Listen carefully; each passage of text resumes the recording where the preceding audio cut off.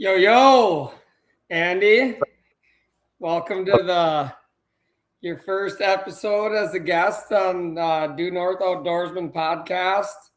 For all of you who don't know, this is my good buddy for many, many years, Andrew Tope, Pope County, Minnesota, a couple years older than me, but lots of hunting stories to tell. Yeah, how we been doing, Andy? What have you been up to? Been pretty busy with work and the kids and the family, but managed to sneak out a couple nights a week if I can to catch some walleyes. So that's been pretty fun. How's that been going? You've been It's, eating good or what? yeah, it's pretty good. It's just it becomes a bad addiction where you can't stop, and Well, it yeah, I mean, that consumes. seems to happen to all of us. I mean, you get out there on the boat and you're in the front of the boat and you're casting, and there are times where I'll fish for 4 or 5 hours, won't look at my phone, won't drink anything. It's just a bad deal. So Yeah, but well, I think there could be worse ways to spend 4 or 5 hours. yeah, How no, you it's been? good. How you been getting them? Jake Uh, Crowell yeah, plastics. What are you no, using? I've been using the Jensen Z-Mans, and it's been pretty fun. I'm completely addicted to them, and it's hard to thread a crawler on once you've been using them. So Yeah, it's a little super glue saves a little tip. mess in the boat. Yeah, it's just really something when you can get them to hit like that. I mean, it's really fun. So have you noticed, has it been like picking up more, or has it just been steady Eddie good bite for months? Or It's been pretty good since opener in Minnesota, which was beginning of May.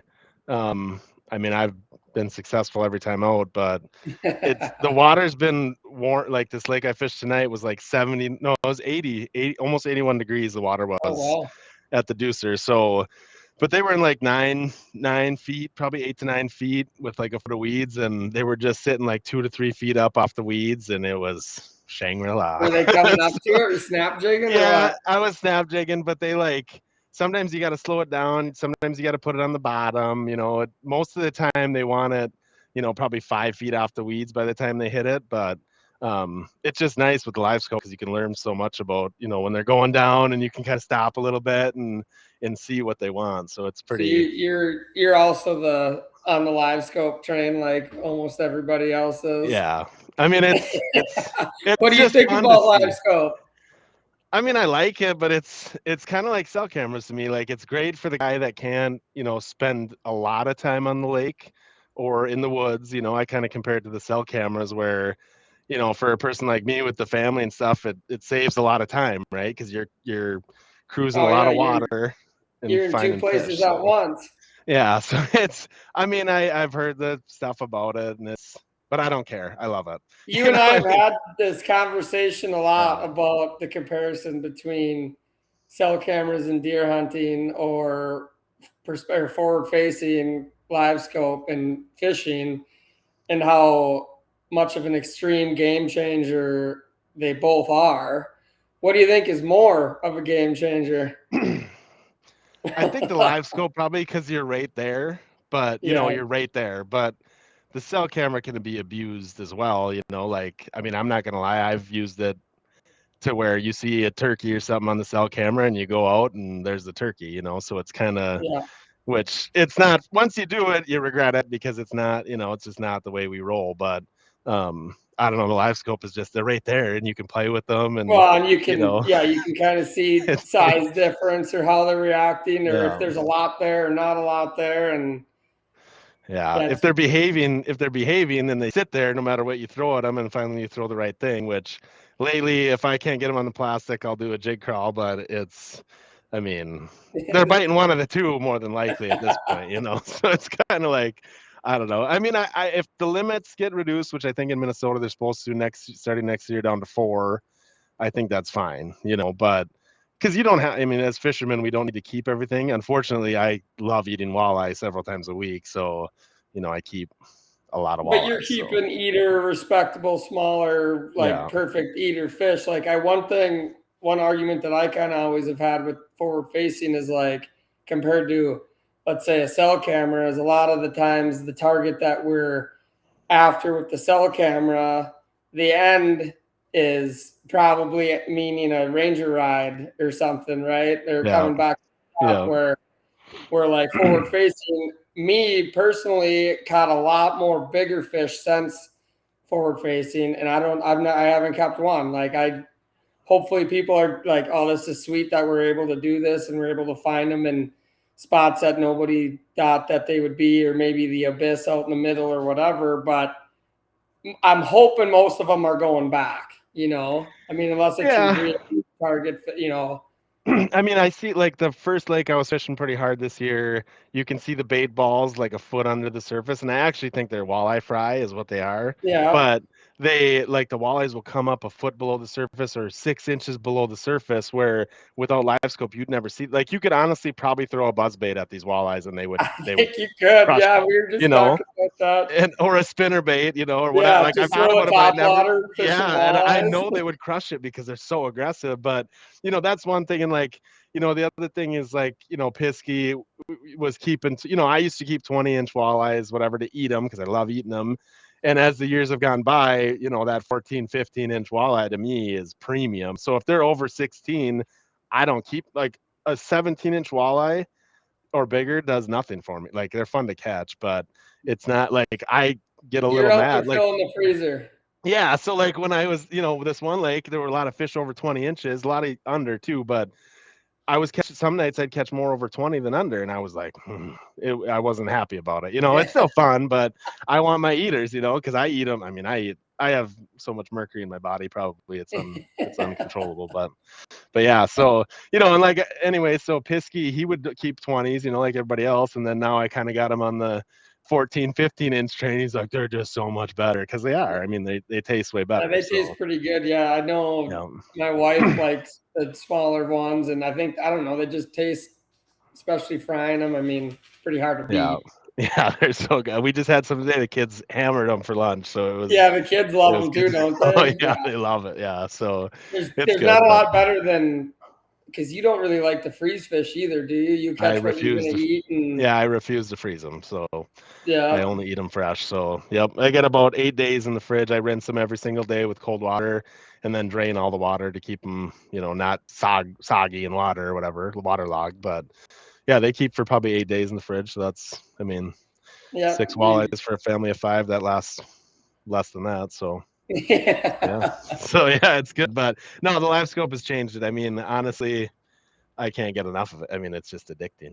Well, yeah, it's kind of hard. It would be hard for me to imagine going out without it, I guess, as much. But I will say, so a couple weeks ago, we had the Ashtabula tournament. Me and my buddy Troy, our buddy Troy, whatever, fished it, and we were in one area, shallow water area, and I kind of went the Eric Jensen way. Like I knew there was fish out there. It was windy. It was hard to get on them, and I just started hucking, and it worked. Like just cast a million times and do a bunch of fish, and that was pretty fun doing it that way too. Just kind of a little bit of the not exactly knowing, right? I mean, with the way you fish them with a jig crawl, you pretty much know they're going to bite before they even bite, you know? Yeah. But so, yeah, it's just kind of, we've talked about it on every episode so far, but it's just kind of crazy how 5 or 6 years ago, you and I didn't do a heck of a lot of walleye fishing. And when we did, we were pulling spinners or cranks or whatever. And it's just crazy how the different techniques have changed now. So it's fun. It's if you haven't done it, you need to try it. It's kind of like turkey hunting. Back to speaking of turkey, and I was just going to ask you about it. How did your turkey season go? Pretty good. I went out to South Dakota. I killed one bird, and then I took Ellie out, and she killed her her second turkey with the 20 gauge this year, so that was pretty cool. And then the She was next jacked up yeah, about and then that. the next night I took Easton out, who was 6 years old, and he shot one with the 410. That was his first tom ever or turkey ever, so that was cool. And then shot a couple more in South Dakota, and then Blake was down in Minnesota, and we had ourselves two pretty good hunts. I mean, it was pretty cool. It His was a sounded like solo. that was. Yeah, his was a solo, and then we had a 4-pack come in full strut doing it, just snoot down to the beard, and it was pretty cool at 10 yards. So that was Give another me cool one. the give me the scenario. Was it on the roost, or did you find them during the day, or what was it? We were driving around the land we can hunt after the morning because we hunted another spot and we heard them, but they were a long ways away. And then we got in the pickup and spun the block, and we saw some up by a pretty good spot you're aware of. And there was a tom and a hen, and the hen kind of dipped away from the tom that was strutting. So we snuck around the backside and we set up right in the trees. And all of a sudden, as soon as I yelped at him, he got to like probably 30 yards, but behind some stuff. And Blake was in front of me, and I should have shut up, which it's so hard to do that in that situation, especially when he's hammering at you every time. And like, Oh yeah, I should have shut up, and I don't think I ruined it, but it got to the point where he needed to come down this trail, and it was kind of curved and downhill, which I don't really like. And we didn't have a decoy out because we were in a hurry, and he didn't like it, but he gobbled all the way back to where he came from. And then we kind of put the sneak on him through some thick stuff, and he was still strutting up in that food plot. And yeah. we got him to hammer a couple of times, and I'm like, Blake, you good? He's like, yep. He played the game. So Blake shot him, and then I mean, we tagged that bird, took some pictures, drove a little further, around the property, and we saw 4 toms out in the pasture. And I'm like, oh, I know how we can get these. I've played this game before. So we drove around with the car. The only problem was where I parked. I should have parked back a little bit because it was pasture grass. It was still pretty short, and we snuck up, and the hens were coming. The toms were coming. Well, the hens came over the hill, and we were 5 yards from the hen. I just had a hen decoy out in the pasture, and we were kind of behind the fence a little bit, and the 4 toms came over the hill, and as soon as they crested the hill, they were at like 10 yards. But Blake was lower than me a little bit, so I wanted him to be able to see the show. And so as soon as they came over, though, they must have seen my car like 200 yards away. And they're like, oh, that don't, we probably know that car. So Yeah, something's out there. yeah, I ended up shooting him with the 410. It was cool, and it was huge, like nice spurs, like 1 1/4 spurs. So yeah, we had ourselves a half an hour morning pretty much after it started. So yeah, it was It fun. sounds like a pretty good eventful morning with a lot of Yeah. birds gobbling. Yeah. And I know, yeah, Blake killed him in North Dakota. You killed a couple in South Dakota. Yeah. So how was that for you? Yeah, it was really fun actually. We had I love it. found one lone tom kind of doing what you're talking about. We were driving around, kind of went around the same area multiple times, finally caught one, figured out how we could kind of get on the backside of him, snuck in probably 400 yards, got to a point like a peninsula in the trees that kind of, there's ag field on the outside, and above the hill is a big grove of trees, and the point comes down, and we were on the point, and he was somewhere up there. We made a little call, and he hammered immediately, and I think we called maybe 2 more times, and he closed 100 yards every time he gobbled, and it was 4 minutes after we set up. That's the best. I mean, it was kind of the way it's supposed to go, I mean, that was your first he one? was full strut, and he was looking, and oh, it's so great when they're looking and they don't know what they're looking for, or they know what they're looking for. They don't know where it is. And it's like, well, we kind of thought he was going to come around the point, so we put the decoys out in the field. And when he was gobbling, you could tell he was coming from this side. So he took the shortcut and was coming through the trees, which we should have known better that he was. So like where he came out, we were moved, but we didn't. There was no way we were moving the decoys, so I'm not exactly sure that he even saw him. That's why he probably, because I think I shot him at 30 or 35 yards, maybe. But if the decoys were there, that could have been a 5-yard show, really. Was that TSS or lead or what we're using? TSS. Oh yeah. Always, I just yeah. sent. Did I send? No, I don't think I sent you that video because you're on Facebook. But I just sent Blake a video. It was a block of tungsten, and they shot like several rounds at it. One was the 50 BMG, and it completely flattened every single round it shot at it. Like, Yeah, and I text. Yeah. The TSS is it's ridiculous paying for that. I mean, I literally get a sick feeling buying that. I mean, it's the same as tungsten jigs, but it's kind of I don't own any tungsten jigs, but you don't throw tungsten jigs? Well, I fish such shallow stuff, and it's pretty close, so it's like I don't really need it. But I also don't fish deeper lakes tournaments or anything like that, so it's like, I mean, I don't need it. But the TSS tungsten thing, like, when you see what that'll do to a turkey out of a 20 gauge at 50 yards, I mean, that could be, you could argue that as well as like changing the hunting game a little bit. Is just this technology just keeps getting better and better and better. And yeah, and I just saw something on Outdoor News on Facebook or something where they were talking about changing it to a 2-bird limit in Minnesota, and I had to comment. I'm like, that would be a grave mistake, because I mean, you can't. It's not like you can have everywhere. There's certain areas where you see turkeys. They're not everywhere like deer, So, and like even deer, you can't. Can you shoot 2 deer in Minnesota? I suppose it depends on what zone you're in or whatever. Yeah. Yeah, it goes by permit area, but like, I mean, you see more deer than turkeys in some of those areas. You got to apply for a doe permit, so it's like, come on, what are we doing? Yeah, I mean, really, besides those, like that month or two in the spring, you don't really see a lot of turkeys just out and about. I mean, if you're out deer hunting in the fall or something, you might catch a flock of them or something like that, but you just don't see them. Like when you and I are driving around back home, we see a lot more deer than we see turkeys. Oh yeah. Yeah. I don't think I mean, it depends. I mean, most people aren't going to kill 2 because they maybe can't or whatever, but a lot of people will shoot 2. I mean, I would if you give a majority of us or our friends 2 tags, it's going to be a bad deal. I mean, it's, that would not, we would partake in it probably. But if you get like this year, I think I had 10 toms on the one big property. No, it was 12, 6 and 6 I had. But, you get 2 or 3 buddies or kids going and you shoot 8, 9, 10 of them. And I only saw 2 jakes this whole year in Minnesota.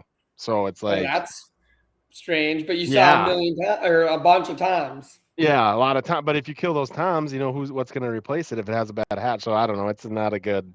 I don't agree with it. Have you seen much of a hatch this spring? Like, have you seen any babies? I haven't seen any turkeys. I caught some pheasant babies when I was going out spraying the other day. There were like 8 of them, I think, with a hen, but I haven't seen any turkey poults at all. So, but I haven't been out. I mean, tomorrow I'm going spraying. So spraying pasture for thistle. So I'm sure I'll see. That's usually when you see them, like they're kind of hiding in the tall grass and they'll get up and fly, and whatever. But so hopefully I see some. You're starting. Are you spraying? You're spraying pasture for thistle. How are your food plot? Like, give me your food plot status. What do we got in? What are we waiting on?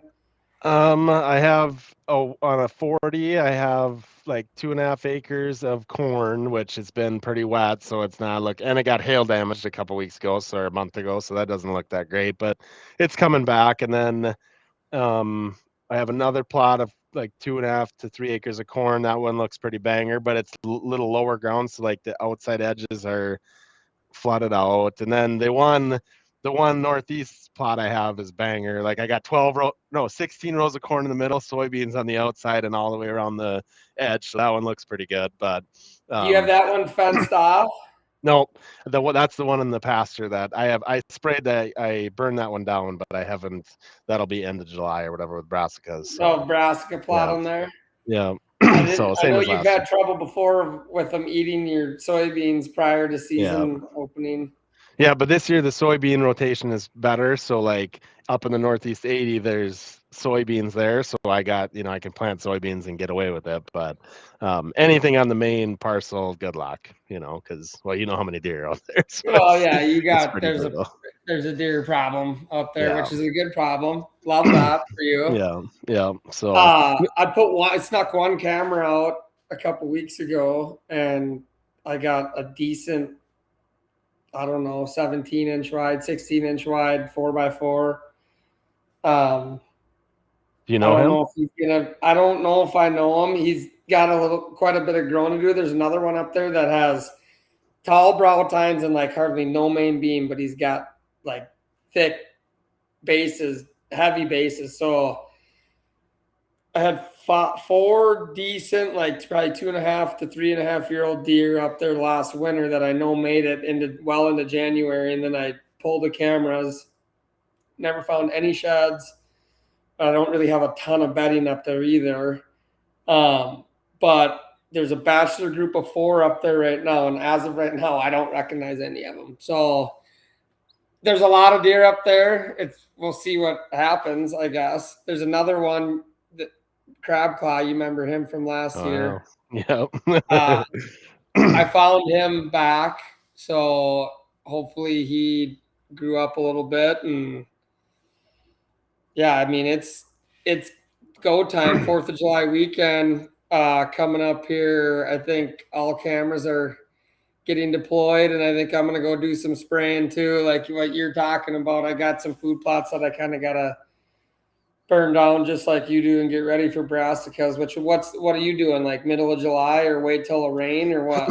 I usually do water on a weekend, but I will Which is try what? to the last full weekend in July. So I'll do that. Between that and the next weekend is when I try to get them in. And I usually try to pound them out in one day or whatever, but it all depends with the family and stuff. So like if I can sneak over and, you know, work the ground in 1 or 2 plots, or I always try to work the ground, drag it, then spread, and then, drag it again.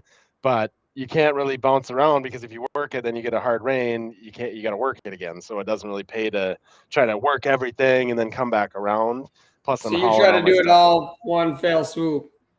Yeah, which it's Work getting, it, plan it, drag it on to the next one. yeah, and like it's hard. It's getting harder to get away with because the plots just keep expanding, and so it gets to be bigger and bigger every year, It and is pretty impressive what you it's got going on over there. So give me well, a little couple scenarios on how you choose what you're planting, where you're planting, why you're planting, for what time of the year. What are you doing? so I kind of switch around a little bit besides the row crops, and I'll do like um, corn in all my row crops, in those spots or whatever row crop plots, and then, like I said, I have some corn and beans in that one because I like to rotate that one a little bit, but I can get away with it. The other plots I can't put beans in because they hammer, so it's corn on corn every year. But then, Yeah. like the pines or whatever, the south one is always brassicas because, for late season, the wind is just perfect. It's south end of the pines, and northwest wind. I mean, the bale blind spot. We've hunted that one. That's been pretty Oh sweet. yeah, So, love that spot. but then last year I planted on the northeast plot in those pines. I did brassicas and clover, but it's kind of like it's not a hill, but it like kind of grades down a little bit. So, and we got pouring rain, where the other plot in there is kind of a bowl, and the clover. So I spread clover first, thick as I can, because I plan on having a clover plot in both of them this year, because it's less, I don't have to plant it again, but I can mow it twice a Yeah. summer, and it's good for early season. And they've been, with alfalfa across the road now, they've been summering in there the last couple of years, which is cool. The Well, yeah, bucks I mean, have, I remember last summer seeing pictures of that clover plot with yeah, what, 2, 3 dozen deer in there in the middle of the yeah. day, like just loving life in there. Yeah, so I tried that, and the one got washed out. That was kind of a grade. So I'm gonna burn that one down. I'm gonna do the same thing. I'm gonna do clover. I'm gonna spread clover as thick as I possibly can, but that's really expensive. It's like $10 a pound. But Yeah. even for the stuff I buy, but um, and then I spread brassicas over it, and then the clover just barely starts and gets probably that tall, but the brassicas get big, and then they die off because they're perennial, and then that clover comes back, and that middle plot this year, that one is a little bull, so none of that seed ran out, and it is banger. There was like 3 thistles and a couple of that milkweed plant, but that was it. So that, I mean, I spread it thick, and it did exactly what I wanted it to do. So Well, that's a good idea. I mean, as a farmer, you hear a lot of people like spreading cover crop into their, like I've even heard of aerial spreading cover crop into standing corn, whether it be winter rye or something like that, just to help with washout, erosion, stuff like yeah, that. So what you're doing, you're just basically helping that clover get established without generating a pile of weed pressure that's pretty hard to manage and yeah. stuff like that. And you're not sacrificing a year of food plots. Yeah, so it's, I mean, I'm kind of double dipping, and it's great. You just got to commit to that clover, which is tough because in my area, as you know, with the deer problem, after October, if you get one frost, that clover's gone because the deer mow it to the ground, especially after one freeze, they love it even more, and like they mow it to the ground. So if you're trying to kill a deer in November, the clover is not, in my area, is not good. I mean, you can't So count on it. clover, So like optimal clover situation is like if you have a known area for a summering buck yeah, that you think like your best chance to get them is the first couple weeks of season, a clover plot is probably your answer, right? And if you got a spot that maybe you don't have much of a summering pattern, but like it seems like as soon as it starts getting colder and the crops start ripening and the dough start getting a little frisky, like that's when maybe you go to like a turnip plot or something like that. Or that's yeah. what I've been thinking you're saying, right? Something Yep, like that. yep. And I mean, I just plant the same stuff every year. Which I've kind of thought about doing, like the sugar beets and stuff, which I have mixed those in a little bit, but I couldn't tell you Yep. for sure that I've seen them, come up or point them out because it's so thick. But usually I do the purple top turnips and then the trophy rape, and then sometimes I'll do canola if I'm feeling like adding something else. But I know they Do have you do Liberty kale canola. anymore? Didn't we do I kale? did, yeah, we did kale one. I'm actually looking at it right now, the seed, but I get the seed from that country store in Stock Center, which it's like $2 a pound. Where if you get that, some of the brand name stuff, it's $10 a pound for the same stuff. And I've Yeah. had great success with this, like the little jugs of seed. It's just kind of It's a you don't, rocket. yeah, you don't get the value that, like I'm looking at these 25-pound bags here, and they were $50 a bag, where that would have been 400 in the little jugs, that amount of seed, so. But and we've talked about the hand spreading and stuff. Like I hand spread with that Scott's, Whiz battery operated, Yeah, because yeah. I can't risk the too thick or too thin. It's just in my mind. I'm so obsessed. I can't risk the error, because once it's Oh, with the done, different seed sizes you're talking yeah, about. yeah, yeah, and like because some of them are big. Like some of the varieties are so much bigger than the purple top turnip that you can't do that.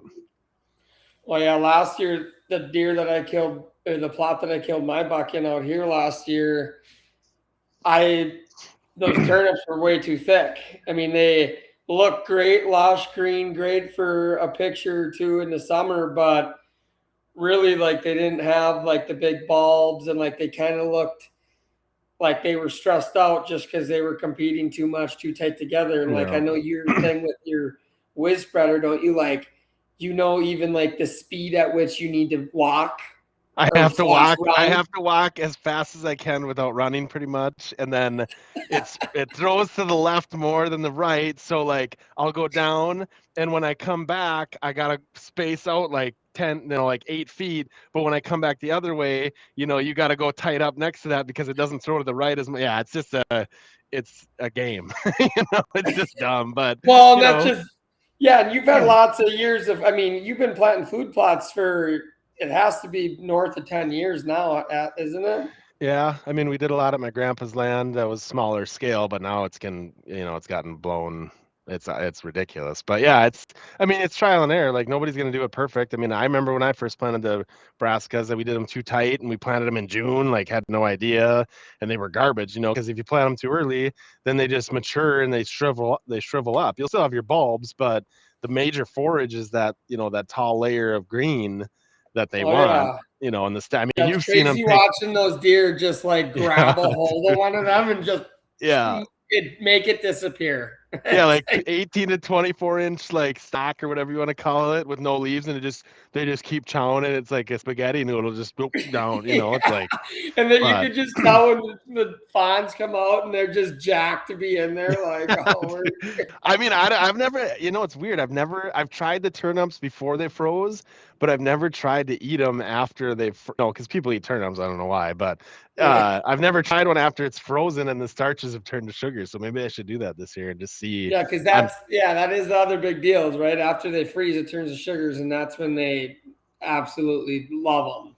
Yeah, and like I've been seeing a lot of sugar beets. Like the one property that's always corn by where we hunt is half sugar beets, half soybeans this year on the rotation because they've been pounding corn in it, and for 7 years straight. And like I've been seeing a lot more sugar beets, and that's good because even if they dig that up afterwards, those sugar beets are still gonna be, like they're still gonna have forage they'll there. eat those all winter as long as they don't get buried in snow. Yeah, so like I'm seeing these, and I was gonna ask him, and I have no idea if they make like Liberty sugar beets, but if they do, I'm sure they're spendy. But I would love to plant those because I'm sure I can spray them. them. I don't know a lot about sugar beets, but I'm sure if there isn't Liberty sugar beets, I'm imagining that there might be. Maybe somebody listening will know. Yeah, because I mean the the pigweed here. I mean it's crazy, and now the water hemp's coming. Like I haven't had a lot of water hemp in my plots, but like by the barn down there, the shed or whatever, it's like in the gravel and the crushed concrete. It's growing through it, and like so it's becoming a problem. That one gives us a rash up here. Is trying to take care of that. Like I'm just glad you don't have kosher yet. I can't believe that hasn't made its way back there somehow. But the closest I've seen it was northwest of Morris on the way to Herman, right along the railroad track. So it's coming. I mean, I suppose it fell off of a rail car hauling grain or something. I mean, what's a bigger problem? What do you do to combat weeds? Because I know people who are going to be listening are going to dabble and obviously weeds are the number one problem with food plots. I mean, if you're going to plant corn or soybeans, there's obviously easier ways to manage that. But as soon as you start switching to your brassicas, I mean, obviously you hope that if you're planting turnips, that it's going to grow thick enough and they're going to choke out the weeds, right? But like the clover, the thistle and stuff could be a problem, right?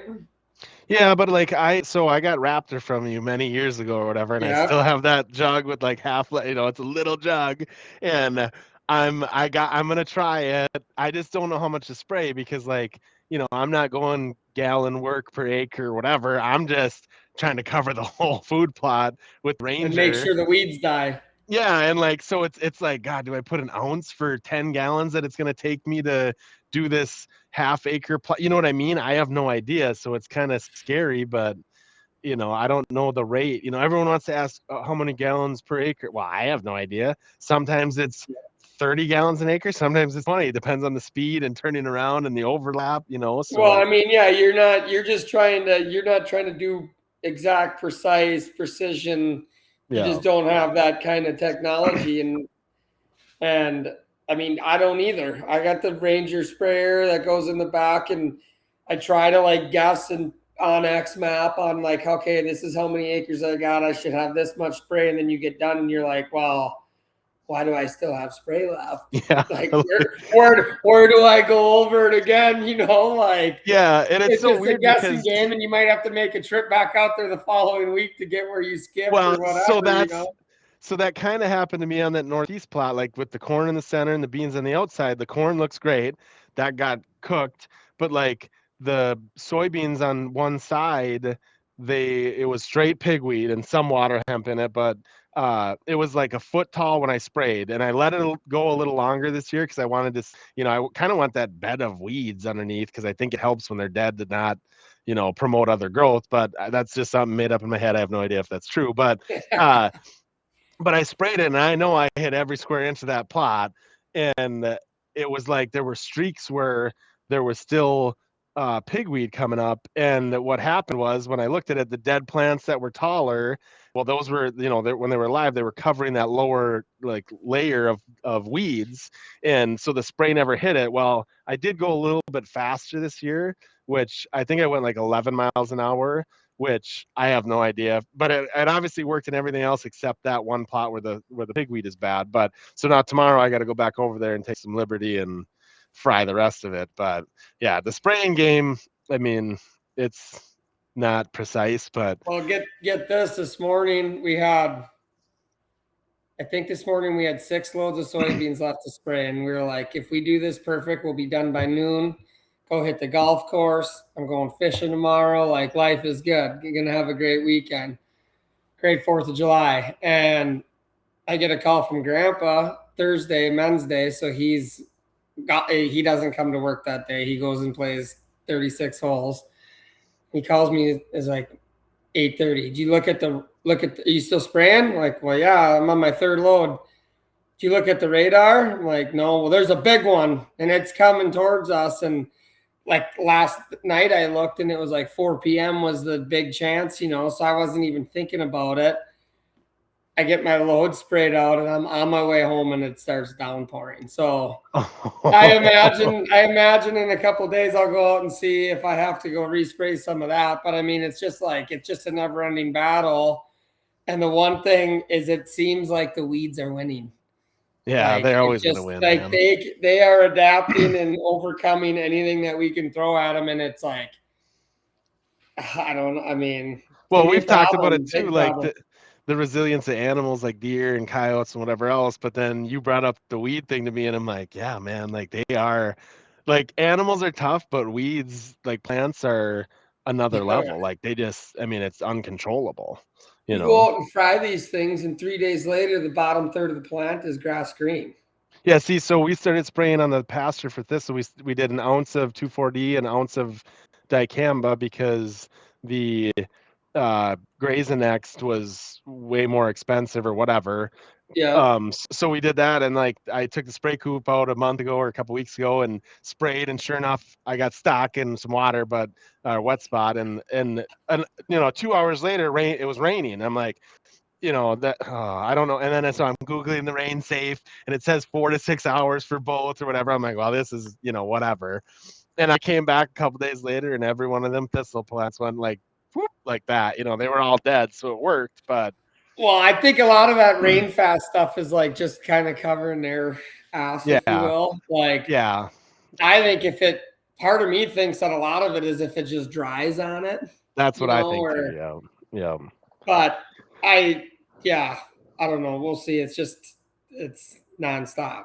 And back to the food plot spraying thing, like I've been watching a lot of people doing the winter rye, which I love winter rye, but it has a place. I would never do it as a full food plot anymore. But everyone's letting that grow. And I have one plot that's little up top at a parcel that I hunt, and that rye, I just kind of let it go. I never dug it up this year. And it's like 3 feet. I mean, it's banger rye and it's gonna, it's already starting to mature.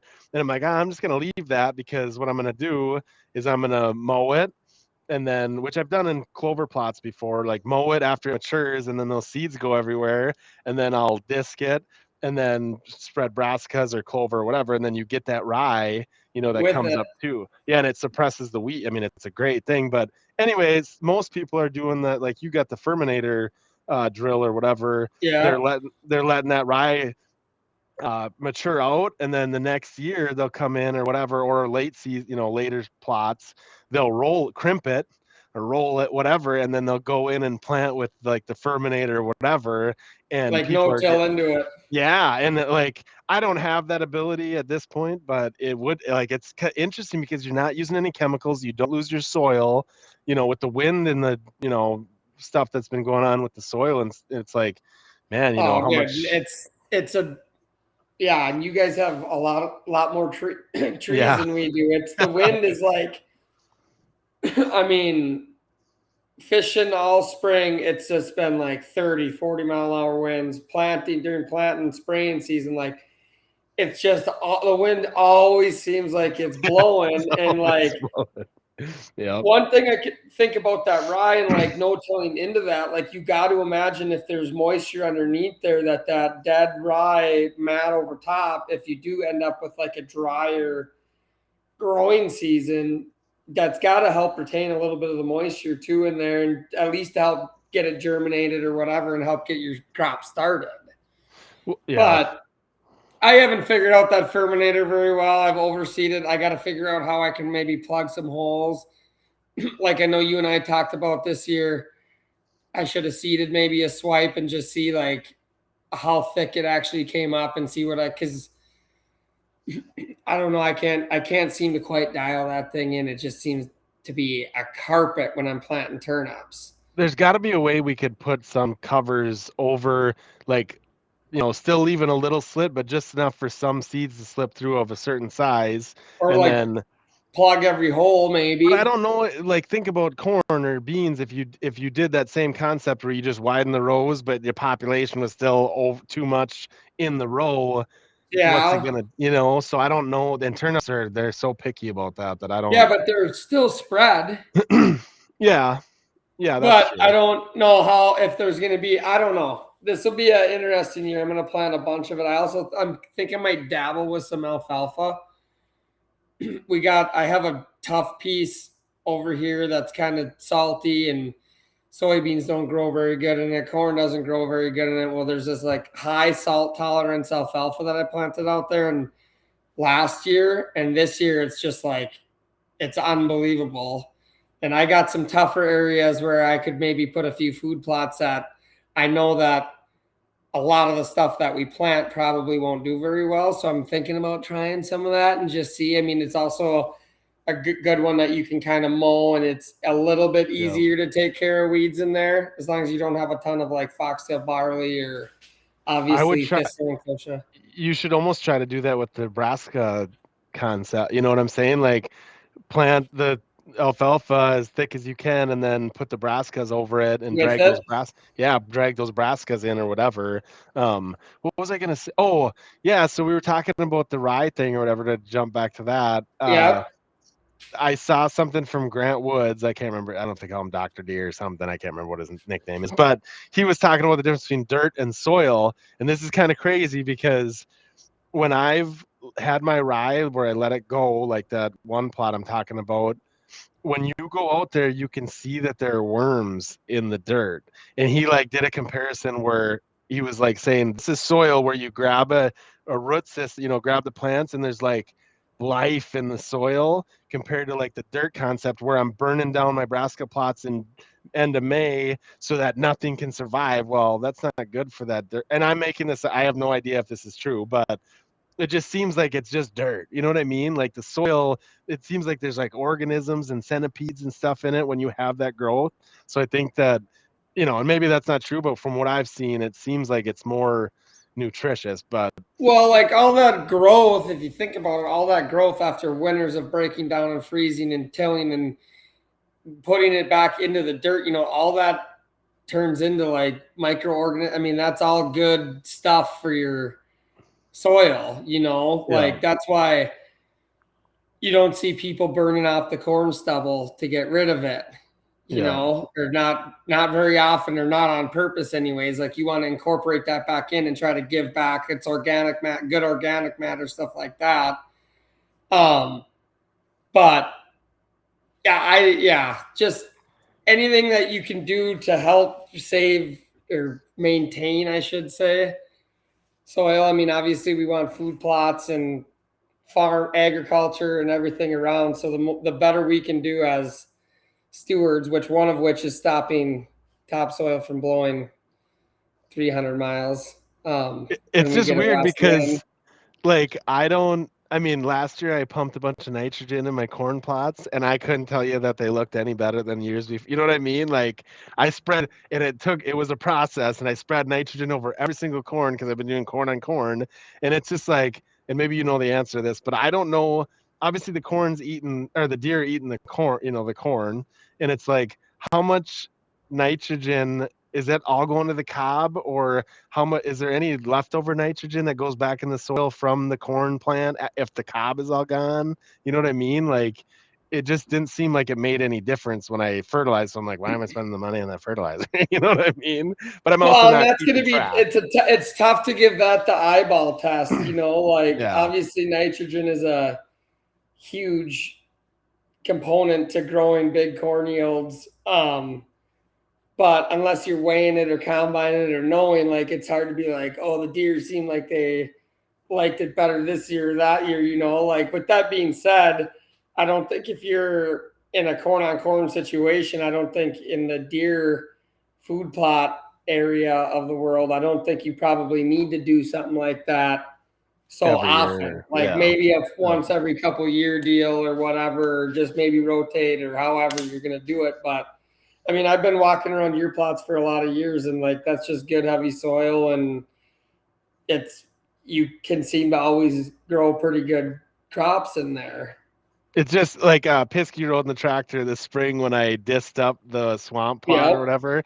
And I go, Jordan, I guarantee you won't see a single kernel when we're disking, from a plant or whatever.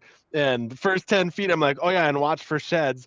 Boom, he saw one within the first 20 feet. I'm like, come on, because you don't want to hit that with the tire. And then anyway, so we're going round and round in this food plot. It's like 2.5, 3 acres. And well, you know which one I'm talking about. And like we get to the end and I'm like turning around and sure enough, there's like one little cob with corn. And that was the only corn, the only yellow we saw in the whole plot because the deer just, I The mean, deer they ate get all of it completely every gone. kernel, dude. It's like, this is crazy. It's like, how much do you need to plant? And it was banger. I mean, you saw it last year. It's pretty good corn.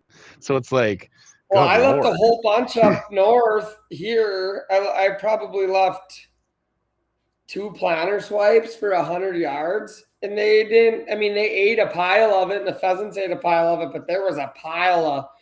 But I think it's also that kind of boils down to maybe like a deer number thing too. Like, Yeah. I don't think we have near the deer numbers, but where that particular plot is, yeah, I can't imagine that there would be I can't believe they missed that little cob with a little Yeah, I kernels know. on I'm like, well, because there's turkeys, pheasants, deer, I mean, it's everything in there. And it's like, but it's just kind of crazy to see how efficient they are and they get up to the top of the cot. You know what I mean? When it's hanging and they get every kernel, it's like, good. I mean, raccoons are doing it too, but it's just like, how much do I need to plant there to where I'm disking a little bit of corn back in the spring? And it's like, I Yeah. haven't figured it out. I mean, it's just, so it's, I don't know, the whole food plot thing, it's addicting, but like we talked about the walleye thing, I used to be deer, deer, deer all summer. And ever since I quit town team baseball, I've had more time, right, to fish or whatever. And it's like, boy, is it hard to get out of that boat to go do deer stuff in Well, the that's the thing is summertime. like we joke about this every year, specifically the last 2 years, where we've like gave it our all from 4th of July till the first week of January. And Yeah. sometimes when they're after season and you want to see them eat well, we're doing work, we're putting bales out, we're checking cameras, putting corn out for them. Well, after the season, it's like, dude, we devote a lot of our time to these things. And sometimes in the summer, it's nice not to worry about them. But boy, in the Yeah. fall, when everything is done, Oh, it's fun. That little bit of satisfaction you get, or not a little bit, but that short satisfaction you get when you harvest one, it makes it all worth it. But when you're doing it, well, it's hard to. it's hard to not enjoy. Like it's hard to not love it too. Like when you're out on a end of June, early July night, and you can see you're watching $5 from the road at a half a mile or a mile away. Like that gets the blood pumping a little bit, and it's like, okay, it's time. Let's see what we Yeah. got out. Let's see what made the winner.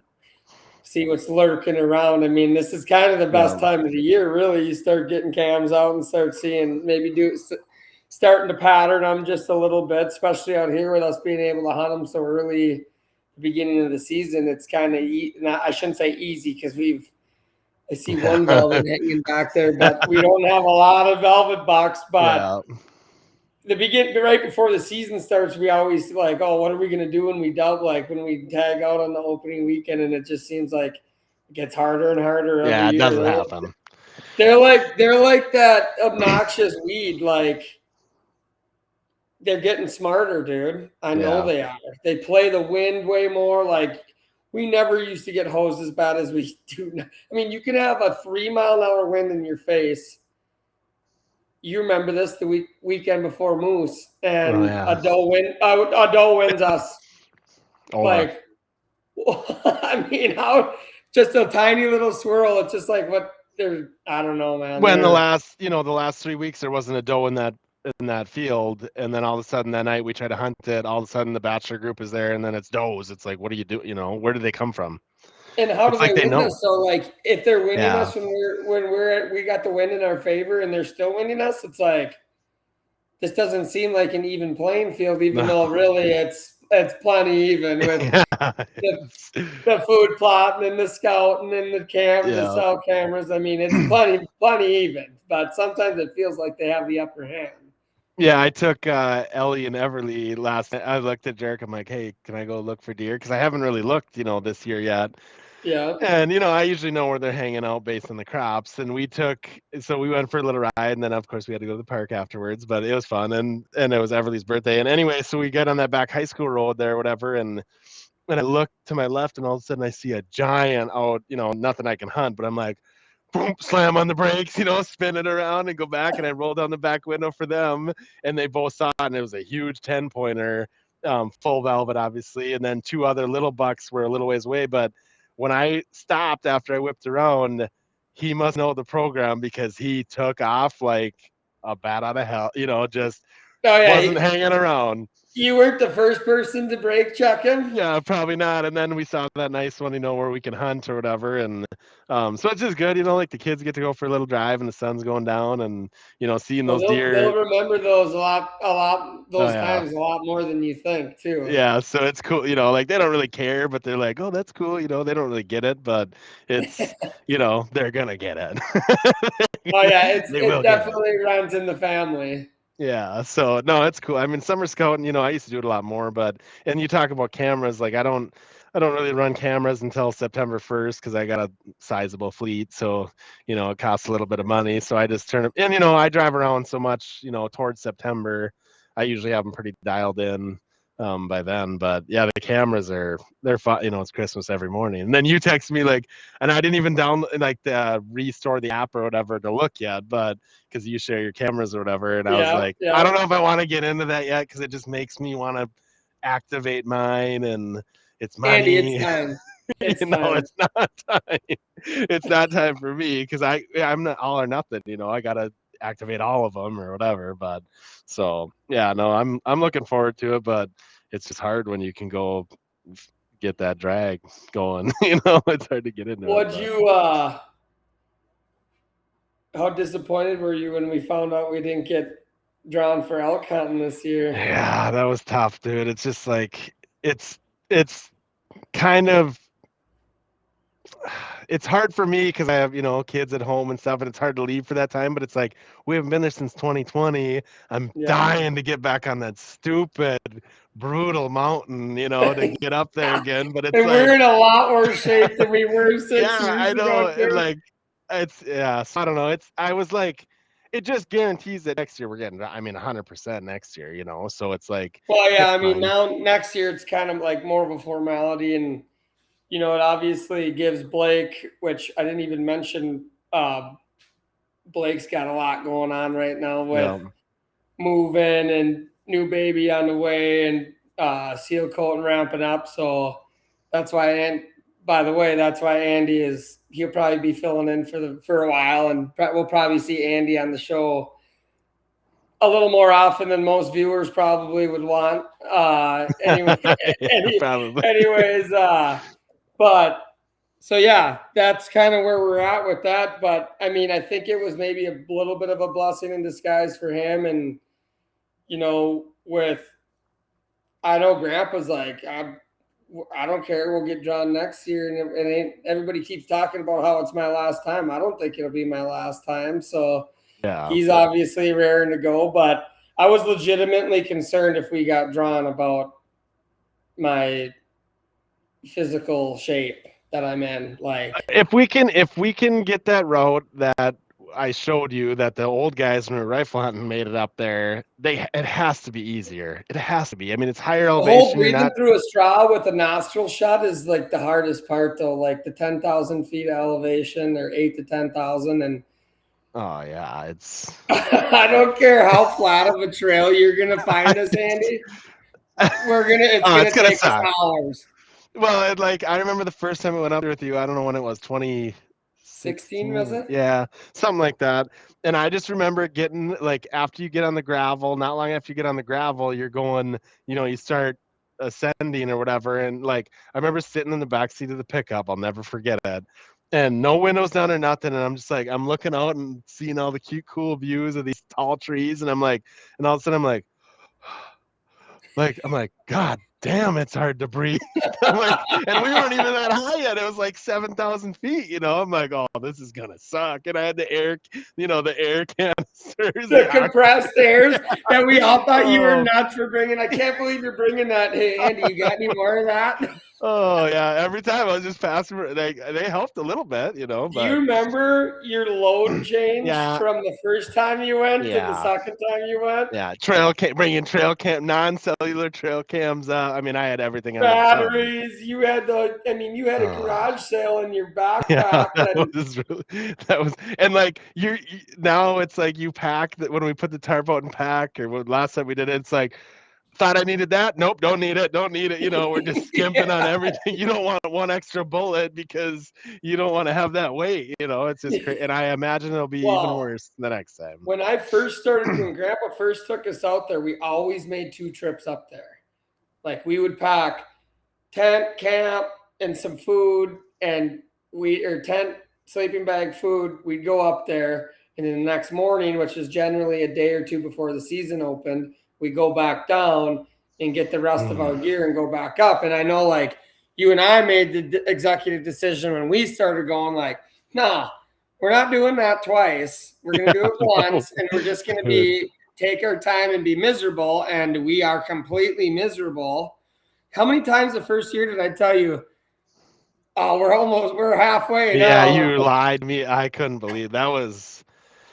I just hope that other route is a little easier because I don't know if I can do the main route again. But it's got to be. It's based on the elevation and stuff. It's got to be. I'm not saying it's going to be easy, but it's got to be easy. It's a third of the distance, and you're already higher elevation. Those guys were up there in the morning wondering how we beat them there. Well, we're camping there. That's what I mean. Like they got up there before it got light out because you shot yours not long after light, and they were already sitting right above us like they had. So I don't know. I'm excited for next year because it's gonna happen next year. Which, and I actually looked at some of the stats for the musket in the area we're going. There were like 150 or 200. There were 12 people that didn't get tags this year, and we were 12 of them. So it's like our group of 4. So our four of them. Well, I was worried about sending in for a group like that, even though we all had a point. And Grandpa's like, well, I'll just send in for a cow. Well, you can't do that when you're sending in for a group. You got to send in for the same. And I can't believe they don't have either sex. Like, why not let them have either? Like, it's a draw anyway. Like, I mean, I don't know. I know that there's been a lot ever since we started going. There's been a lot of different license change. Like we used to be able to, I think, buy that tag over the counter, if I'm not mistaken. At least bow. Yeah, and now it's a lot. Like the bow one, you have to have a point. I mean, I think you and Blake got drawn, but like there were a lot of people with 1 point last year that didn't get drawn, or this year or something. I don't know. I was looking at kind of the stats, and it's kind of alarming to how many people. They're really tightening up. Which is probably good. But I mean, look at the pressure from the first time you went to 2020 when we were there. Like, yeah, but I would rather see them people hunting. Why aren't they doing like less strict, or restrictions on the bow and musket? I know it's the rod, but look how many times did we get that close during bow and during musket, like whatever, and then the rifle, they still have 2 seasons over the counter where like, dude, if there's one within 1,000 yards, there's a good chance you're going to get close enough. Well, I mean, with a rifle, I mean, we can pretty much agree that if you can see them on land that you can hunt. Yeah, they're good as that. Well, I mean, if you have adequate time, you're probably going to get it done, especially with now with confidently shooting 500, 600, 700 yards. I mean, I know there's guys that even will shoot further than that, but oh yeah, I don't know. The musket will be kind of a fun little oh yeah, I like change it. of pace. It'll be. I was looking at the regs though. It's got to be the loose powder, which we've talked about, and then you can't even have a one-time sight. It's got to be open sights, or like you can't even use a red dot. So it's like it just opens. It's you know. So yeah, it's whatever, but practicing. And I don't want to take my scope off. I got 2-3 muskets, but they're all scoped, and it's like I don't want to take my scope off because I got it dialed and whatever. So I'm gonna buy another musket. I was gonna say, so you're getting another one. Yeah, so then I got one for open sights and whatever. But yeah, it just never ends, man. So well, it was a bummer, but it's a bummer, but we got. That means we can fish Reno. We're obviously fishing the Reno Derby, which would have been, I think we would have been tight if we would have went. I think it still would have maybe worked out, but and then extra time, North Dakota, Minnesota bow opener, and I mean, it's not like we don't have plenty to do. So it's between the other fishing and the hunting, it's like I don't know. It's the older you get, it's like how much do we need to do because it just. It's a seat. Yeah, but like, I mean, like you said, we've been dying to get back there, and it's been 5 years, 6 years now since we've been back there. Now it'll be 7 by the time we actually do get back there, and it's like, dude, I want elk in the freezer, man. I mean, and that's not even a guarantee when we get a tag if we're gonna put elk in the freezer. But man, that stuff is good to eat. God. Every time I go into Jensen's and there's like a tail, a tenderloin there, I'm like, Jensen, I'll take that, and it's a little bit deeper than the regular tenderloin because it's the tail. And then every time I get it and I eat it, all I can think about are those tenderloin steak sandwiches on the mountain that we made after you killed that cow. I don't think I've ever had a tenderloin steak sandwich that good in my entire life on the open flames. It was unbelievable. So yeah, we got to get back to that. But I know we were going to talk a little bit about. Did you put in for gratis for North Dakota? Yeah. You didn't apply regular rifle or whatever? Did you do moose and elk? Yeah. Yeah, because I obviously didn't get drawn as a non-resident, but I have 9 rifle points now and 6 musket points, and I'm like, and there's no chance of me sniffing a tag, but it's just. Yeah, what's it like? I think I saw 1 out-of-state tag for our zone. I don't think there was one left after the non-resident gratis, so there was 0 left for the general non-resident lottery. So I think they said that this was the highest or the lowest that deer tags have been in 50 years or something like that. The numbers that they're giving out. Like, I mean, we just got decimated with that. I mean, there's arguments all over about where these deer, what happened to these deer, where these deer went. But like everybody knows those 2 winners, 21 and 22, I believe. I mean, that was terrible. Night thermal hunting coyotes, you'd see, I mean, hundreds of deer there. And then at the end of the year, they're game and fish are picking up 50, 60, 70 of them. I mean, I don't know. It's fine. It's nice because now we've had 3 open winners. Finally starting to see deer. Like, you got to be nervous driving after dark in the summertime around here now where the last 3 years, like it'd be weird if you saw deer. Yeah, it's just kind of like we even had deer die here in Minnesota and people were finding 20, 30, 40 of them dead. And like, it's not as bad as the wide open fields. It's a little harsher in North Dakota, I would say. And like they were even dying here, so it's like, what do you do? I mean, it's not necessarily habitat. It was just that bad of winters, where. Well, and I definitely think like habitat maybe could have helped. I mean, or more of it, or some better habitat. But when you have 30 to 40 mile an hour winds, 20, 30 below actual temps every day for weeks, and then you add 2 foot, 3 foot blizzards at a time, like they don't really stand a chance. No, even if you have standing corn or something, the beans are covered if you leave standing beans. The corn is drifted in, they can't eat it. So it's like you can talk about habitat all day. CRP gets blown, drifted in, they can't go in there, so it's like cattails, the cattails are solid. I mean, even where I hunt, the deer were herded up in there in the winter, but I was pumping corn out to them, which they say not to do, but it's like I have brassicas and stuff too they're eating on, but I don't know how they survived that winter, man. Like I it's just finally last year I brought a big round bale, alfalfa bale out, and they ate. I mean, like last winter, they weren't really dying for food. So, I mean, they ate it, some of it for sure, but I got pictures of them now. They're still eating on that. yeah, that's good. Like Yeah. anything you can do like that to just kind of help them get along. Like, I know it kind of sucks, like putting the tracks on the Ranger if you have them or a snowmobile, or like it just kind of gets brutal trying to help them out. But boy, when you see them the next year or whatever, It's when they worth make it. it It's sure worth it. helps. Yeah. Did you Yeah. see my white pheasant I had up there? Yeah, that's cool. That's really, you got to Thing get is him. like three. I think that thing is 3 years old now. Yeah, that's cool, man. That'd be going to Zach. Yeah. I mean, Yeah, I it's pretty know. cool. Our pheasant population, I know I've talked about this over and over again too, but like, dude, it's finally like, it's kind of exciting. Like, man, you might be able to go actually chase a pheasant around here or there. Yeah, that's pretty sweet. I mean, Yeah. obviously it's tough to hunt pheasants in the deer spots, but Yeah, I mean, I like pheasant hunting, but I mean, I won't prioritize that over deer, obviously, because they don't yeah, really judging mesh by your well. background, you have one pretty much priority. Yeah, yeah, yeah. I mean, I know we were gonna cover maybe a little coyote hunting, maybe, or we can do that next time or whatever. But yeah, no, I mean, there's a lot to look forward to. It's good. So Yeah, I think Andy will definitely be back next episode, and I think that's kind of what we're maybe going to talk on. I know Andy's been absolutely hammering coyotes. Also, another slight addiction, I would say, for him. it's not good. So we're gonna Not good. pick your brain on coyote hunting procedures, setup, what you're running, what calls you're running, stuff like that. Obviously, a lot more walleye fishing. We got a few derbies I Yeah. gotta tell a few stories about, and Yeah, I'd like to know what's the next one you're doing? North Dakota Governor's Cup in Yeah, the Sakakawea. Sakakawea.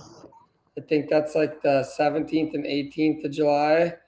Huge, giant body of water that I've never even seen, but we get 3 days to pre-fish it, and it'll be a blast as long as the Yeah, I winds are mean, below 40. we should cover that, cover a couple of your tournaments, and then yeah, talk about. I mean, I like the walleye thing. It's getting fun to talk about. So, Well, yeah, we'll the list is endless. We got all summer, so yeah, but yeah, I mean, quality episode. Thanks for joining us. yeah, it was fun. Uh, I mean, we could go for I hours and love hours. picking Andy's brain about whitetail deer hunting just because there's not a lot of people that I know that are better than him at killing them. So we've been It's pretty just, successful, I think. yeah, it's Well, just for putting the sure work. that I mean, one oh yeah, that came. was fun. That was, yeah. We got It's just stories for crazy, days. because like you talk about, and I got somebody that I'm kind of helping right now with the food plot. Like he wants to start doing them. I just told him like, hey, dude, you got to be dedicated. Like you can't just half-ass it. You got to be dedicated. Like I know it sucks when you see people on the lake and there's walleyes to catch and blah blah. There's just things pulling you a million directions, but every single year, you know, I see what happens in the fall to the people that think about it in the summer, and those are the same people that kill them year after year after year because they care, And I had it with one of our buddies last year when I shot my bear, which I guess we could talk about that too a little bit. That'd be fun. Oh yeah, Um, absolutely. yeah, and when I shot that bear, I got a text message. I was literally gutting the bear, and I got a text message from one of our buddies that said, "Hey, next year when it's time to put food plots in, text me and remind me that I'm an idiot for not because he was butthurt that he didn't have any food plots and it was bow opener. And so I just texted him like a week ago, and I said, "Hey, it's not my job, but this is your reminder that it's food plot season." Yeah, He's like, "I I needed mean, that." you do So need to have that. I mean, it is like the golf course is there, the boat's ready to be hooked up. hmm Like like kids are running around, want to go to the park, want to go to the beach. Like, yeah, like there's all sorts of stuff. But if you want to kill them and have good food plots and quality food for them, you got to spend a little bit of time out there in the summertime Yeah. when it's hot and sticky out and the mosquitoes are bad. Yeah, it And just sucks, know man. that it'll all be worth it. When it's 67 in your house and you look outside and it's just blistering heat and you're like tomorrow it's gonna be hot, dead calm, no breeze. I'm gonna spray some pasture because it's one of my obligations for hunting there, which whatever, that's cool. But then I got to do a little pot spraying, and it's like I don't. The spray coop doesn't have air conditioning, so it's gonna be hotter than And hell, and it's a closed cab, and I suppose you ain't really you don't really want to open the windows for that job. no, and like it's like, why am I doing this? Oh yeah, because in September, October, November, I know what the result is because I'm doing it. So it's Yeah, that. it's 100. So It's like you said earlier, that 2 minute show that you get when it finally happens. totally That's worth worth it. all the hours out there. Oh Like my God, is it? when you wrap your hands around that rack, you're just like, boom, baby. Like I Yeah, love it. that's And us bear hug doing your that. buddy, Yeah. and like, yeah, just even the cutting the stuff up in my garage when we cut it up with the winch or whatever. It's like the whole process, just taking that in, and we've been really bad at that. Like, taking pictures and like we're always just rushing to get it done. And it's like, with Moose, the one behind you, that was the first time I feel like we've actually sat there and. Plus, he We was way too big to drag, but like we took it in. But yeah, that's yeah, what that it's I all about, mean, man. I think as we've gotten older too, it's been not so much less about punching tags, but maybe more so about the camaraderie and just getting everybody together and like just enjoying it and doing it Yeah, as a just team. And slowing, just slowing down a little bit because life is so fast. Like why can't we take an hour to sit here and enjoy this animal? You know what I mean? Like that's yeah, like that one really strikes me because that was the well, we first did it. time. We did it right too. Like we sat there and Oh man, that was fun. Yeah, so FaceTimed a couple people, but yeah, yeah, it was. yep, All right, buddy. Well, couple weeks or week, we got to get a little bit better. Life's been yep. kind of crazy with the spraying, but figured we'd pop one out here quick before the holiday weekend, and hopefully everybody has a fun, safe, keep the blue smoothies under control, and go Yeah, get catch some some deer fish. cams out. Yep, So with that, we'll end it. Thanks, Andy. yep. Go catch Love them it. tomorrow. Kill Appreciate it. some weeds. Yep, we'll do that. All Talk soon, buddy. right, later, buddy.